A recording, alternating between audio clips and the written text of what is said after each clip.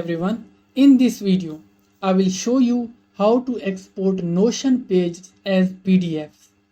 First, open your Notion app and navigate to the page you want to export. Once you are on the page, click on the three dots in the top right corner. This is the menu for Style, Export and more. In the export options, you will see the format set to Markdown and CSV by default. Click on it and change the export format to PDF.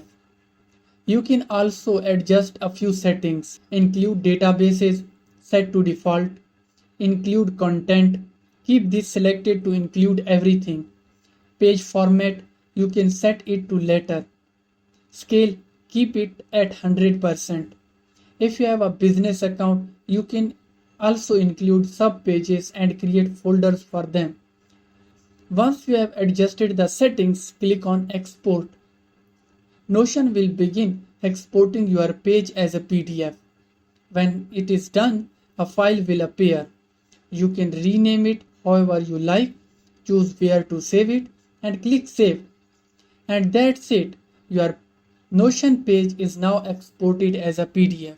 If you found this tutorial helpful, don't forget to like, share and subscribe to our channel for more informative videos. Until next time, goodbye.